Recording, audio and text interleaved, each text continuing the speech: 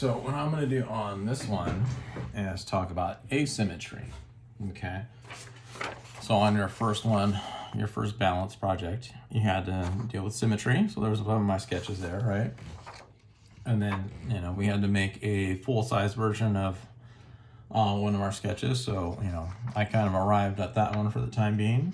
And that would be, if I was a student, that's the one I would turn into a full-size version using my, black, white, and gray paper. Rubber cement and scissors and X-Acto blade and all those things, right? But I need to do one for asymmetry, okay? So I'll just start making a rectangle here. So remember, with asymmetry, the idea is that it's not symmetrical, okay? And so, just like the other one, you want, you want to start with large shapes and work your way towards small ones. And then, you do need to think about the different values and, most of the same things that you did for symmetry. You want to apply those for here. The idea is you don't want symmetry. And so even though it won't have symmetry, it's still going to feel kind of even. And then, what's weird about that is that you might have more shapes on one side, or you think of where the center would be, where everything kind of pivots around. That may not be exactly in the center. It might be a little more to the left, the right, to the top, the bottom. It's going to be off-center is really the best way to think of this. And so even though it's not going to be the same on both sides, it's still going to feel kind of even. And that's kind of the strange part about it. So things to avoid. Well, if I did like I had done in some of those other sketches and I plopped some giant shape right in the middle, okay, now I've already created symmetry. See, look at that. It's already symmetrical, okay? So you don't want to do that. You want to position things where they're not in the middle, okay? Other things you want to avoid too is that you don't want to put things in the corner, because a lot of times that's what students do. Like, okay, I'm going to put a circle in this corner, and then I'm going to put a triangle in this corner, and then I'm going to put more of like a square, and then I'm going to put some kind of weird shape over here, okay? Well, guess what? You still got symmetry, even though the shapes are slightly different, okay? Like when I connect everything, saying again, the weight is still the same. And so that's what you got to remember when you're dealing with asymmetry, is that, you want it to feel like it has a little more visual weight, a few more things on one half or 1/3, one part of it than it does on the rest of it. Okay, and again, you want it to be off center. Well, you can see when I'm connecting everything, like everything comes right at the center on this one. So, how do you do asymmetry? Well, you could actually do, and I suggest this a lot of times to students, and you don't have to do it this way, but you could take what you did for your symmetrical composition and then just kind of rework that in a more asymmetrical way. So I have two circles, I think I started with those two squares. Let's say I started with those two squares first, right? And I were like this and here. I could do something like that, but I'm going to do something where it's way different. So let's say there's my giant square that got cut off the page, and then over here, I've got that, okay? To be honest, I could even move it even more. Okay, and one thing I'll tell students a lot of times, you gotta think of it as like, almost like one object is trying to push the other one off the page, okay, or push the other stuff off the page. And see, there we go. I don't have symmetry, okay? Really, even right now with my two shapes, if I'm looking where my eye is kind of moving around, sort of the center is over here, it's off center, okay? That's kind of the space in between. It's not in the middle of the page. Okay, so then again, I can start adding other things in. So, I don't know, let's say, one of these circles. Okay, and I don't know if I like that. No, we'll leave it there for now. So again, it's just a sketch. It's something you have to remind yourself of, is that Not everything has to be perfect. That's the idea of the sketches. You play around with things and you see how things work. And so sort of something I always tend to do, I kind of like having these diagonal sort of circular oval movements. And so if you notice I have my shapes kind of pointing towards each other, my eye tends to move around there. Okay. I don't know, this time I'll actually put the triangle in the space. I'm gonna kind of fill that in a little bit. You know, in a weird way, I feel like I need a larger shape behind those. So this shape is gonna kind of be, I'm not gonna close that off there. Behind this square. And I might actually make that square a little bit bigger now.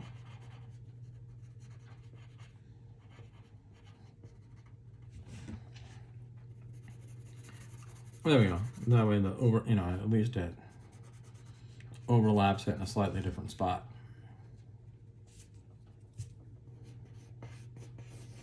Okay, there, and then I don't know, I had these little stripey things that were over there. So again, I kind of want to throw those in there again.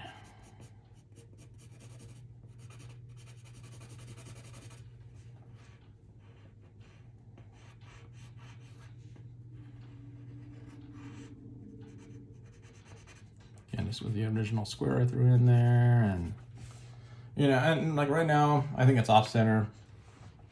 I don't think I have very much symmetry, but it feels a little out of balance. I feel like it's a little too heavy here, especially with this circle being so gigantic.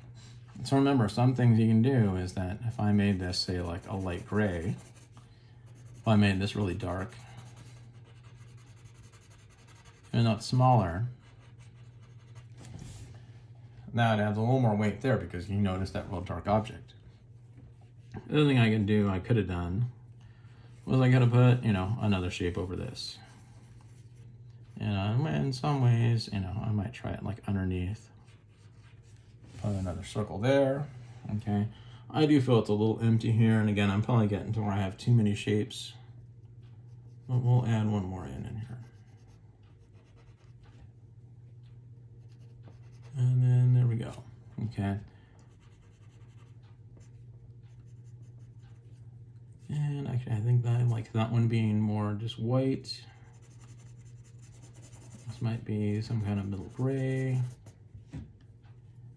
And this could be a light gray. That almost kind of looks like gray right there. Again, this would be black. This is just where I drew the circle kind of not very well.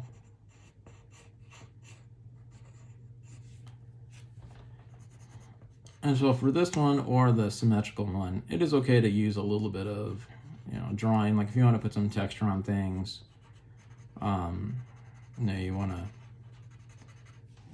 put some like cross hatching or something, it's okay, but really I don't want this to be a drawing. I want you to cut the shapes out, because that way you're just focusing on big shapes and you're focusing on flat tones.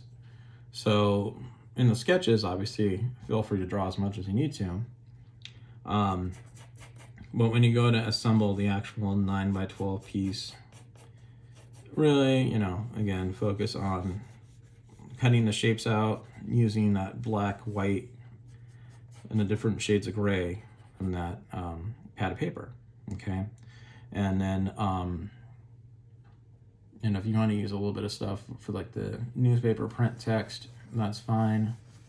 Like I said, a little bit of drawing, but really you should, in your final finished piece for symmetry or asymmetry, it should be like 95% cut out paper that was cut out and glued on to your bristle board, and then maybe like 5% drawing. Okay, so think of it that way. I don't really want you drawing more than 5% of this on the final piece. Again, sketches, these are just sketches. Obviously, you're going to draw these. You have to draw these. Okay, so I kind of like that, and I'm going to go to the end. So, and you can see I'm just trying to redraw this one more time. Sort of change the angle there, and then now with this thing, I might actually just have it go all the way through or something. This little stripy piece. Something you have to be careful about here is that everything is kind of going this one angle, which is not always good because then your eye just follows that and it doesn't feel, again, very balanced. So I think I'm going to want something else going the other direction. Doesn't have to be too, and this will kind of help that shape. Actually, maybe we'll do this. Maybe this one will be a different value. Maybe we'll even have it go over that. Yeah, there we go. I sort of like that. Actually, maybe we'll just have it kind of come in a little bit here. I can ditch that.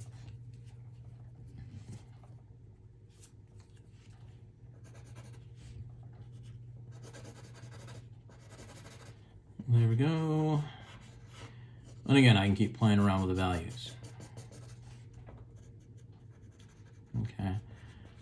And so remember, when you're doing these, even your finished product, I want it to make sure, I just want to make sure that it looks really nice and clean. Everything's cut out neatly. We don't want giant glue chunks and, you know, a piece of paper that look like you cut it with like a butter knife. Make sure on your final product that it's, you know, it's put together in a very, you know, clean, technical way. And again, you know, send me examples of your thumbnails to take a look at. I'm not expecting perfection on your compositions. Try to get them to balance as well as you can. And think about the things, like I said, start with big shapes and work your way towards small shapes. And just make sure you do a few sketches. I know here I only did a couple. And again, I'm not going to really do much more here because I kind of want to wrap this video up so that you can get to drawing your own instead of watching me sketch for an hour and a half. So, and actually, yeah, I'm going to break this space up. So we'll make this a gray. So again, I would do like 6 thumbnails. That's what I want you to do. And I want you to upload your sketches with your final product. Okay, because we're not in person, our class isn't in person. So if we were in person, then I would just go around and look and help you out. But I do actually want you to submit the sketches. So there we go. You know, and again, I think it would take a little bit more refining. And like I said, I tend to put too many shapes in there a lot of times, so I'd probably want to have a little bit less in there. But I do like how it's balancing. And again, you know, if I draw my little like crosshair, it's off center. I do think it is, and you know, I can make it even more off center by making the circle a little bigger even.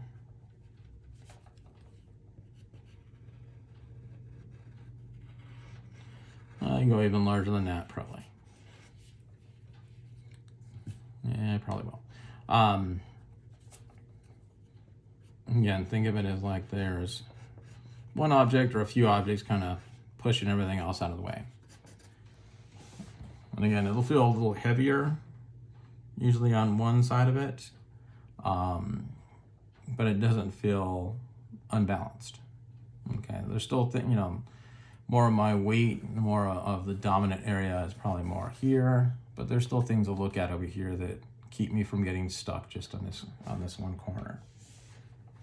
Okay, so again, you know, just get working on sketches and get working on your project.